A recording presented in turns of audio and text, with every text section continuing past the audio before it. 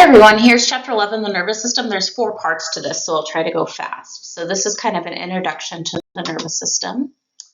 It's a super interesting system because you'll be able to understand how drugs work, or at least get a start to understanding what drugs do, and then you can look into different ones.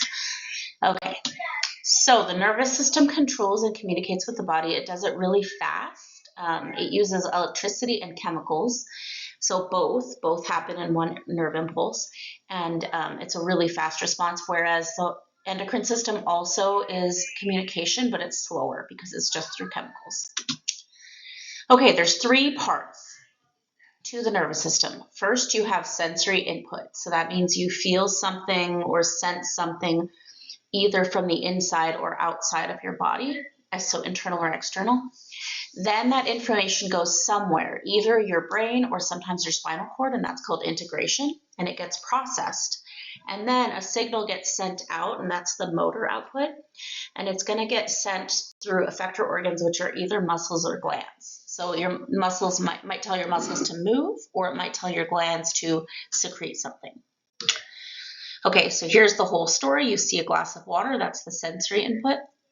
That information goes to your brain, somewhere in your brain or spinal cord. It gets processed, and then it tells your muscles what to do.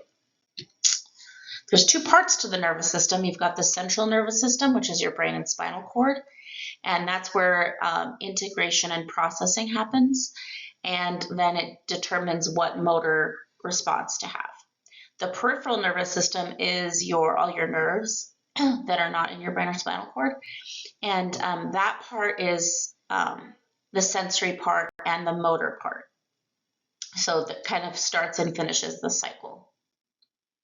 So your central nervous system is shown here in like the tan color, and then your peripheral is coming off of your spinal cord and off of your brain. So you also have nerves in your face that come off of your brain, and those are part of your peripheral nervous system.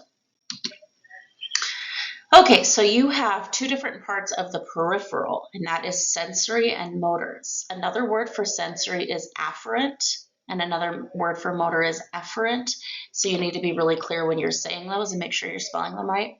And the way that I remember it is it's just alphabetical. So first you're going to get a sensory stimulus, and then it's going to cause a motor output. So afferent, efferent. You have some somatic ones, which are in your skin, your muscles, your joints, and then you have visceral ones that are like throughout your organs. You don't have a lot of visceral sensory fibers in your organs. You would be hurting a lot if you did. And then your motor ones are go to muscles or glands, so they send signals to muscles or glands. And there's 2 divisions of that. So within the motor part, there's somatic and autonomic. Okay, so somatic is this is the part where you're consciously controlling your muscles. So you're thinking about it, and you're consciously, voluntarily controlling them. So that's the somatic system. Soma means body. And then autonomic, you can think of automatic. This is your involuntary part, like your involuntary functions. So smooth muscle, cardiac muscle, and glands are involuntary. And this is just how you run your body. And there's 2 main parts. There's sympathetic and parasympathetic, and they're kind of opposites. So there's 2 main kind of pathways that they can take. Okay, so we looked at central nervous system, and then peripheral nervous system breaks down into sensory and motor. And then motor breaks down into somatic and autonomic. And then autonomic breaks down into sympathetic and parasympathetic. So sympathetic is when your body is being active, like when you are under stress. Your body's going to go into the sympathetic pathway. The parasympathetic is when it's like there's no threat, you're not active, and it's at rest. So those are the 2 different pathways that your autonomic nervous system will take.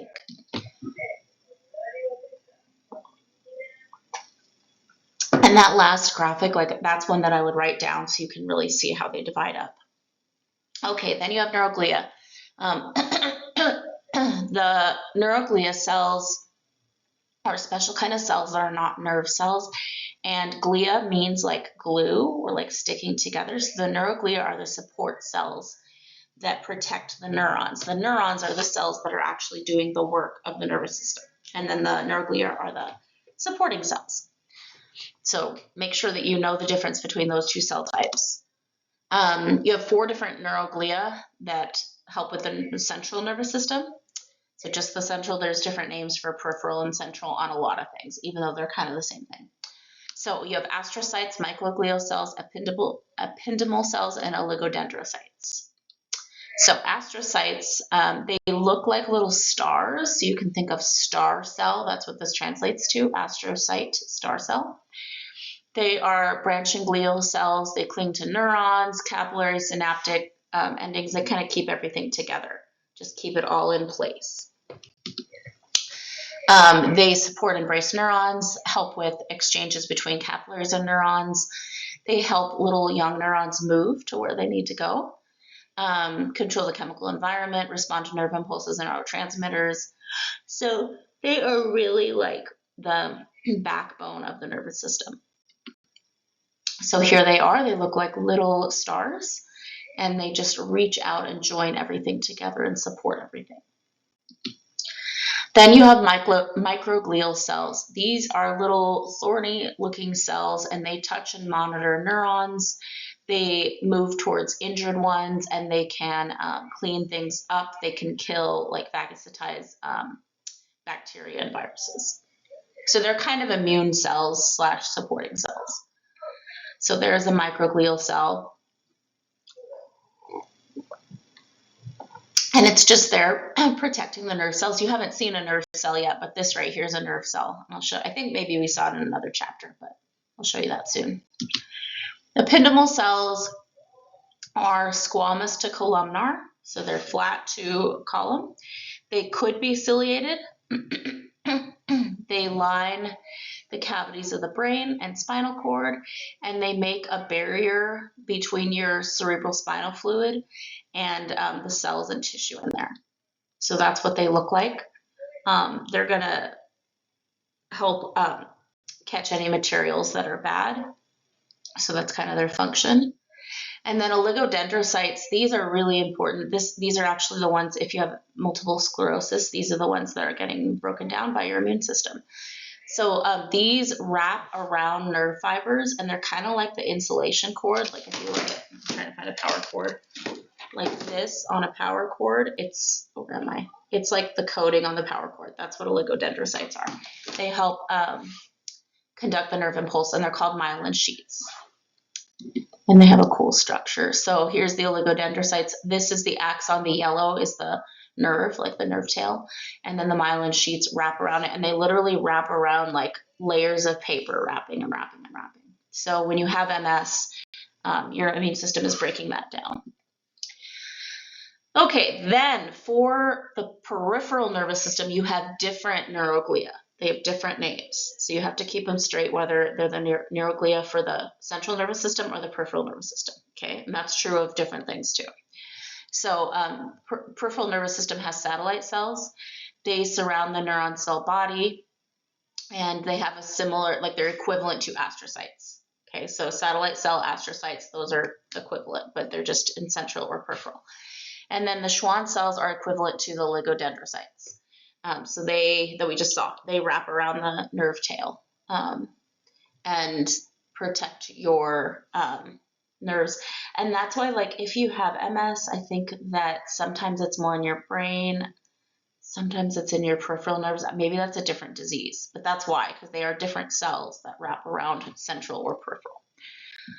Okay, so here's your satellite cells that wrap around there. This is the cell body of the neuron where the nucleus is. And then you have your Schwann cells. Now let's look at neurons. So neurons are very cool cells. They can live a very long time, and they often don't replicate if they get damaged. That's why if people are paralyzed, they may not get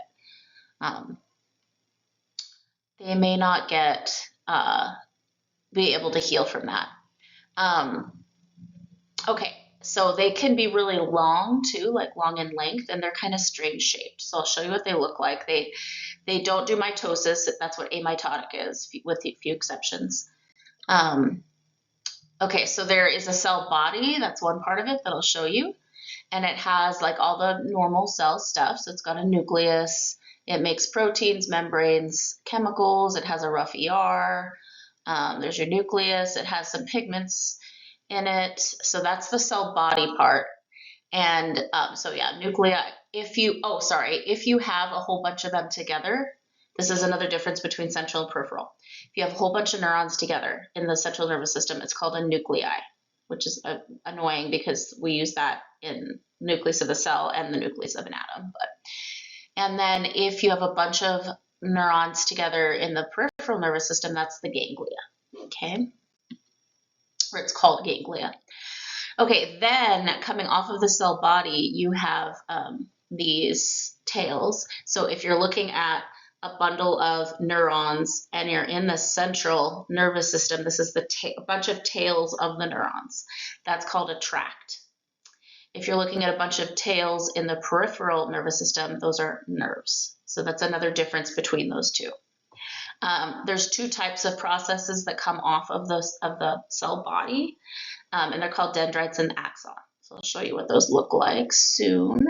Here it is. Okay, so here's the cell body with all the cell stuff in it, because we're eukaryotes.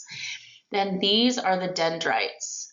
So this is like kind of like, I think of this as the head of the cell body with the hairs coming off.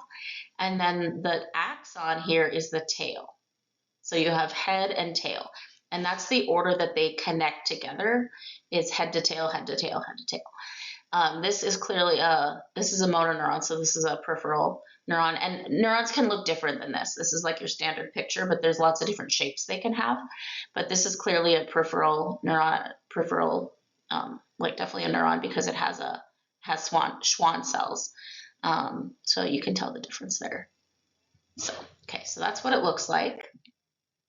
The dendrites, motor neurons can have hundreds of these coming off. So that was like the hair side, the head side. They have some organelles sometimes, so they can kind of snake out in different directions. They receive messages and then they convey it down the cell body, down the axon. So the message goes from head to tail, from dendrites to axon. You can also have dendritic spines. They can be lots of different shapes and sizes. So that is a dendritic spines coming off, little spines there in your cell body. And then I think maybe this right here is the axon, because it's thicker.